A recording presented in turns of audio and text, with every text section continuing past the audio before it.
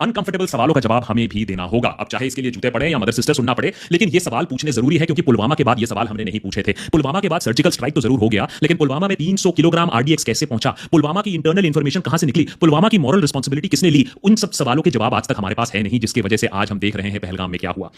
कुछ सवाल हैं, अगर अनकंफर्टेबल लगे तो माफ कीजिएगा, लेकिन सबसे पहला सवाल मैं पूछना चाहूंगा कि 2000 लोग यहां जो हैं